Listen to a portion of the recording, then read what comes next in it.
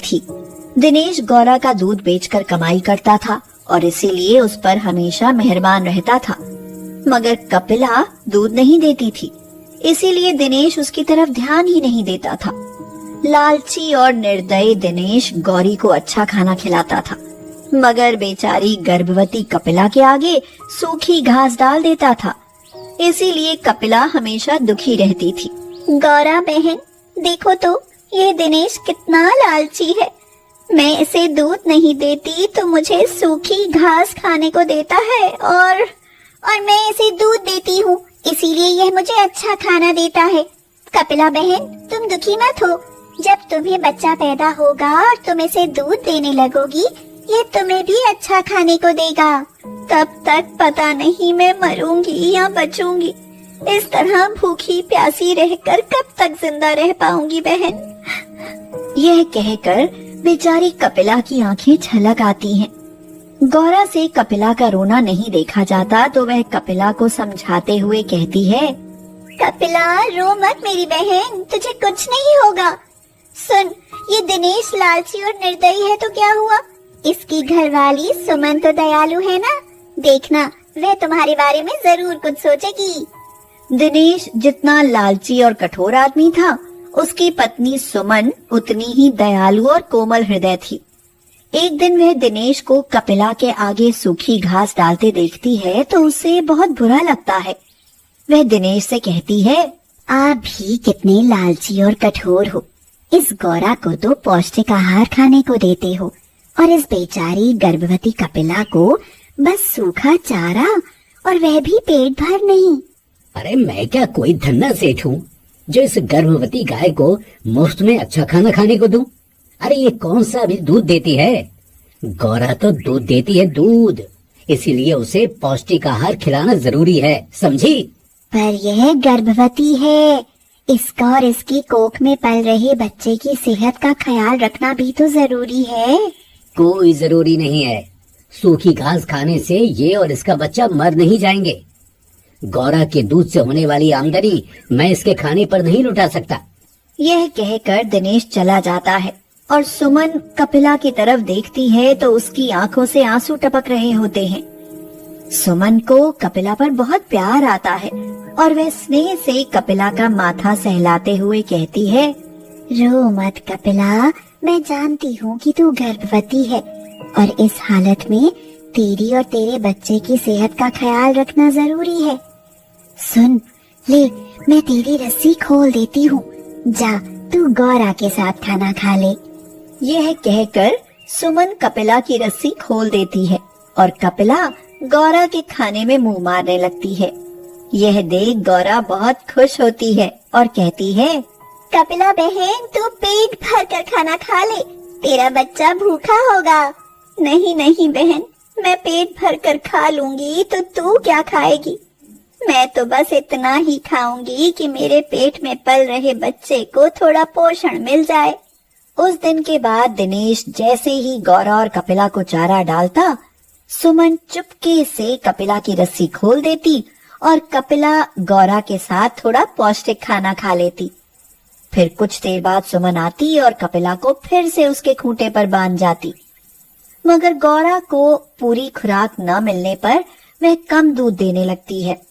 इससे दिनेश का माथा ठनक जाता है और वो सोचता है, क्या बात है, भरपूर खुराक खाकर भी गौरा कम दूध देने लगी है। आखिर इसे हो क्या गया है?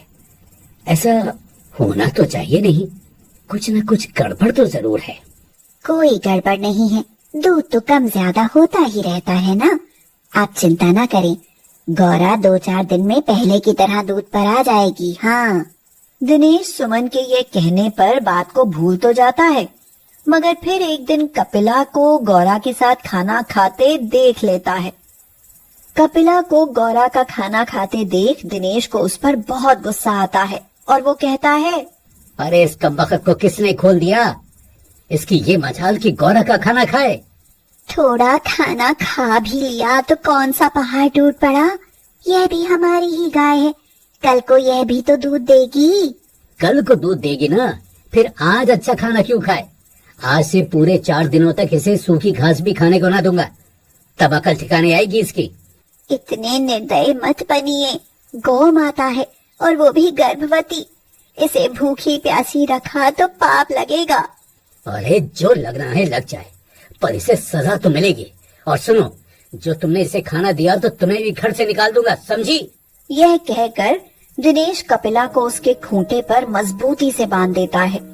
बेचारी गर्भवती गाय खाना न मिलने पर 2 दिन में ही कमजोर हो जाती है और उसे अपने बच्चे की चिंता सताने लगती है।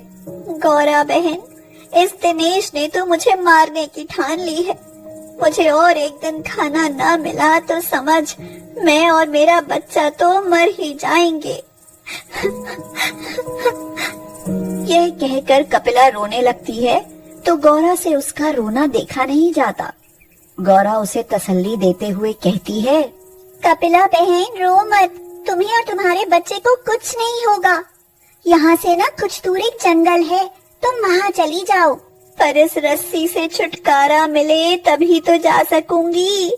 मैं तो इतनी कमजोर हो गई हूँ कि रस्सी भी नहीं तोड़ सकती।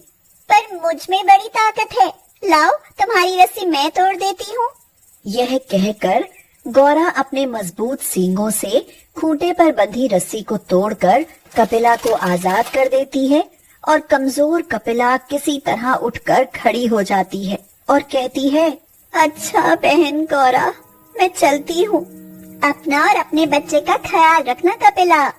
ख्याल तो अब भगवान ही रखेगा बहन, जिंदा रही तो कभी जरूर मिलूंगी। यह कहकर कपिला घर से निकलने और धीरे धीरे चलते हुए जंगल में आ जाती है। जंगल पहुंचकर कपिला खुश हो जाती है और कहती है, अरे यहाँ तो पानी का तालाब भी है और आसपास हरी हरी घास भी खड़ी है। पहले तो मैं पेट भरकर हरी घास खाऊंगी और फिर पानी पीऊंगी। यह कहकर कपिला पेट भर घास चरती है और फिर तालाब में पानी पीकर वहीं एक पेड़ के नीचे अपना आश्रय बना लेती है। इधर कपिला के जाते ही दिनेश अचानक बीमार पड़ जाता है। उसकी हालत बिगड़ती जाती है। वैद्य जी उसकी बीमारी को गंभीर बीमारी बताते हुए कहते हैं, दिनेश बेटा, तेरी बीमारी बड़ी गंभीर बीमारी है, पर मेरे पास इसकी दवाई है। उस दवाई से मैं ठीक तो हो जाऊंगा ना वैद्य जी? हाँ, हो जाएगा। ये कुछ गोलियां हैं बेटा, सुबह शाम 2-2 गोलियां गाय के दूध के साथ खा लेना, पर खाना गाय के दूध के साथ ही, वरना बिल्कुल ना खाना। हमारे घर में तो गाय दूध देती है वैद्य जी।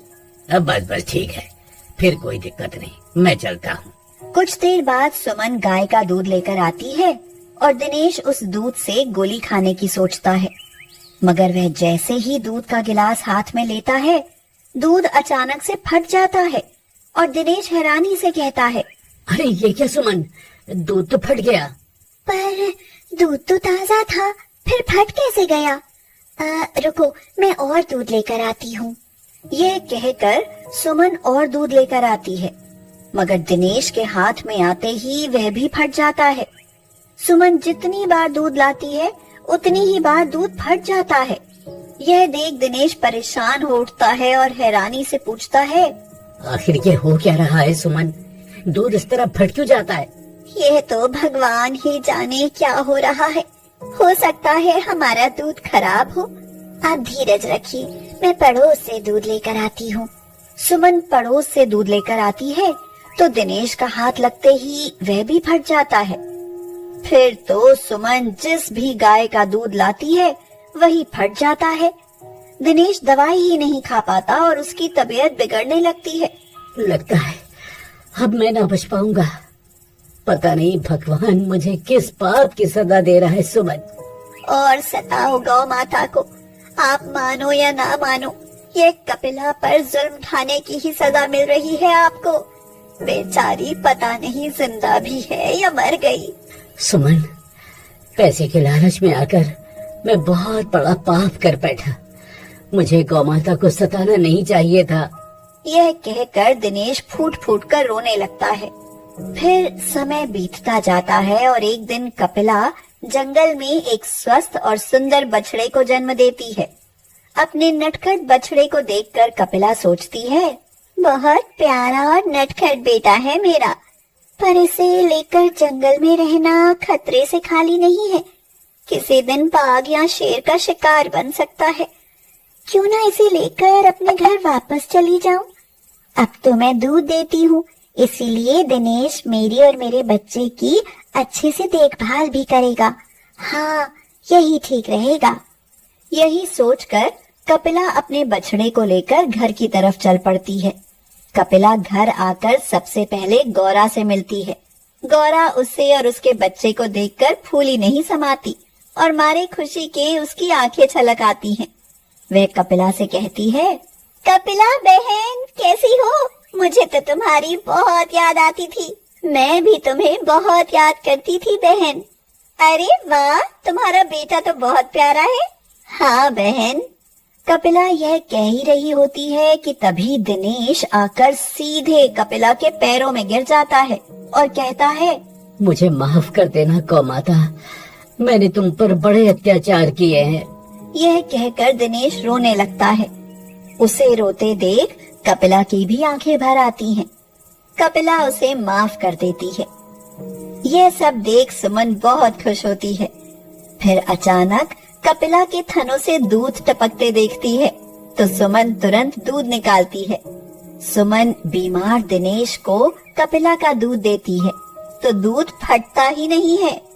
यह देख दिनेश की सारी परेशानी दूर हो जाती है। वह कपिला के दूध से दवा खाकर जल्दी ही ठीक हो जाता है और फिर गौरा और